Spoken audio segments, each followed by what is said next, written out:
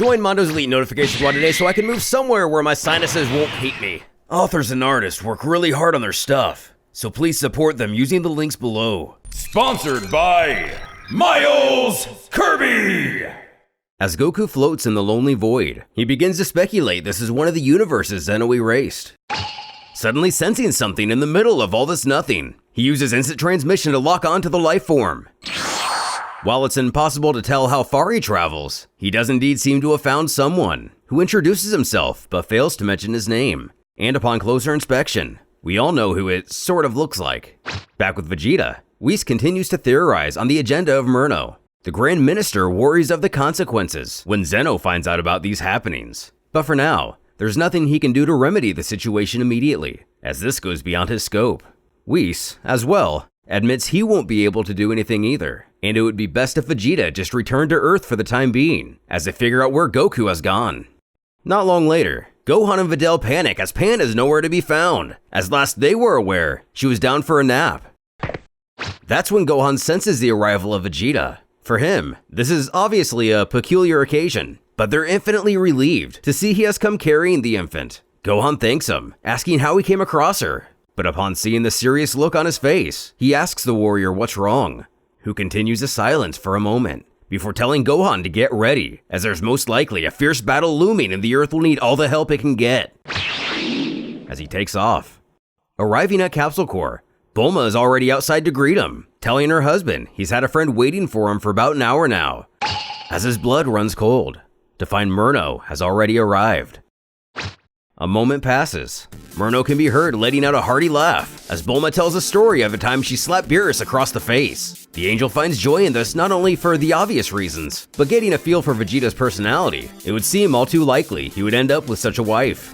Bulma urges her spouse that Merno is actually really friendly, and he should join in on the conversation, but the prince stays quiet. Merno then goes on to ask Bulma about that parfait she promised earlier. Having forgotten, she leaves to retrieve it, asking him to wait just a moment. After she's left, Vegeta demands to know what the hell he's doing here. Sipping his tea, he mutters he merely wanted to see how Vegeta-kun lived on Earth, going on to compliment on what a lovely wife he's found, mentioning she resembles his bride from Universe 13.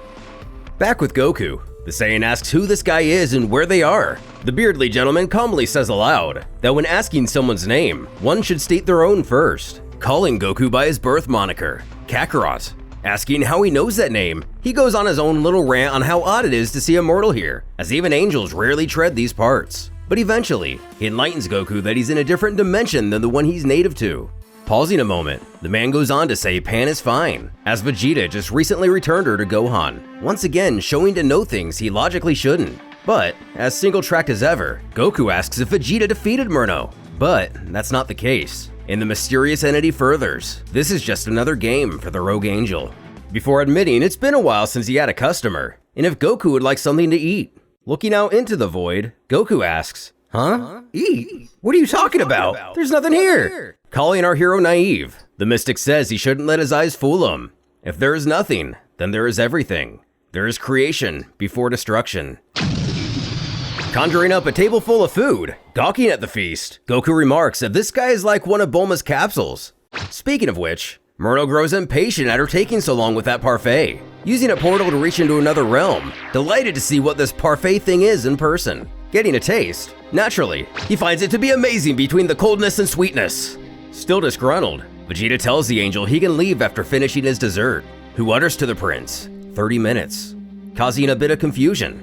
Elaborating, he says that's how long it will take for Whis to realize he is here, and will most likely intervene in some way. However, he then suggests he test Vegeta's strength, just as something to do while he is here. Who knows, maybe this knowledge will come in handy someday. This is frustrating for a number of reasons. Vegeta knows if they fight here, the entire city could be destroyed. Standing, Merno compliments West City, even calling it a splendid metropolis. Yet somehow, there isn't a single sound emanating from it. That's when Vegeta notices. He's right. There isn't a sound to be heard, getting a cold chill as he realizes Merno has possibly done something with everybody in the city, including Bulma. Launching the prince through several buildings, the angel grows a sinister smile across his face. Where have Bulma and the others gone, you ask? It depends on how serious you'd like to take this. Though, one of the few occasions Vegeta would rather avoid battle.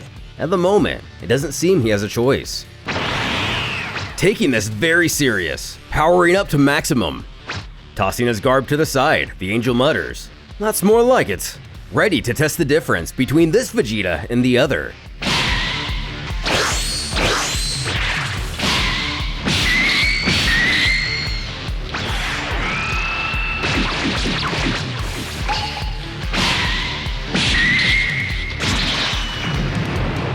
Using his own portal against him, the Saiyan sends Merno flying. Though quite winded, at least he managed to get a hit.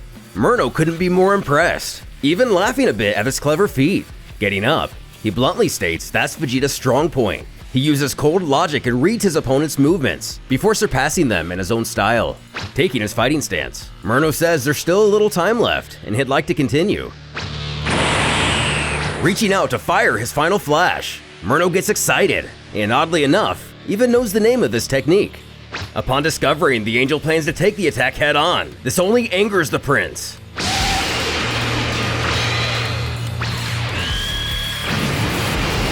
Failing to use that logic he was just complimented on, Merno places a portal right in front of him, completely diverting the blast. It's only now Vegeta wonders what the hell he's supposed to do. As the angel chorts, that was good enough, but would still like to continue. Meanwhile, Trunks rushes towards his home as Goten shouts for him to wait up, but the young warrior senses something wrong in West City and has to get to his parents. Maybe I should show you something interesting. As the angel seems to be focusing, Vegeta wonders what he's up to. Releasing dozens of portals, they surround him.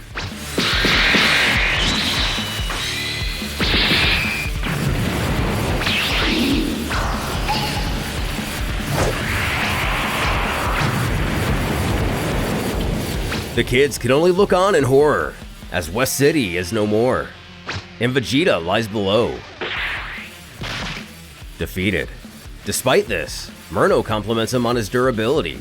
Then the angel makes an unexpected offer, explaining to Vegeta that the biggest thing the Saiyan lacks is a master, which is understandable, given there's clearly no one on this planet qualified, so he himself offers to fill the void. Before noticing the presence of Goten and Trunks, the latter of which shouts after his father, Look at that.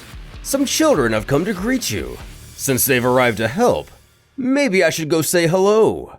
But not willing to put him in danger, Vegeta attempts to rise to his feet, once again impressing the angel, who goes on to comment that since his power has weakened, he better take a precaution, reminding him of that final flash from before. As it comes barreling back through a newly opened portal, overtaking Vegeta, as Goten and Trunks can do nothing. Shortly after, the angel appears behind him. The boy demands to know what the stranger's done to his parents. Reaching out, Merno merely pats him on the head, assuring Trunks he's merely an acquaintance of his father, and he'd like to get along. Mysteriously, at the lookout, Vegeta awakens, surrounded by the boys Piccolo and Dende. Happy to see his son is alright. He then asks what happened to Merno, and it would seem he suddenly disappeared. Again. "If he could overpower you, Vegeta, I don't need to state the severity of the situation."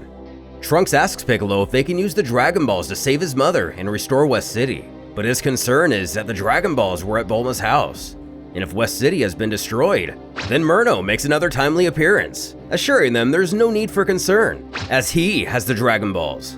Tensing up, Vegeta growls, asking what he plans to do with them, who admits he has been thinking about wishing to dissolve Zeno's order, but he assumes that's far beyond Shenron's power. So maybe he'll just wish for an unlimited supply of those parfait things, as he transports the orbs to another realm, before singling out Dende, telling him not to get clever, as there's no point in creating new Dragon Balls or using the Namekians. If they do so, he'll just gather those up as well, leaving the Guardians speechless.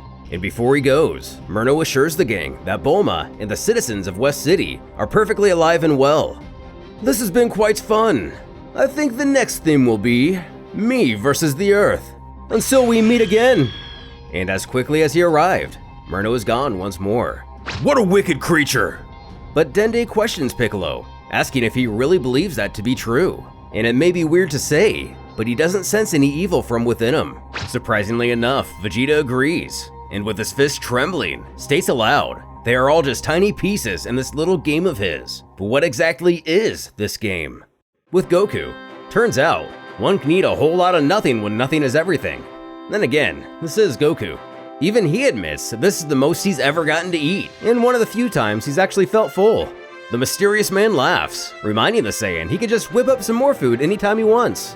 Goku thanks him but says now it's time to leave. But the figure asks where to, as no one can escape from this place. Even teleportation won't work, causing a bit of understandable panic, explaining Goku can only be teleported by Merno from this place. And to be honest, he isn't even sure if this was Merno's intended destination for the Saiyan, believing Goku's God Key may have interfered with the portal.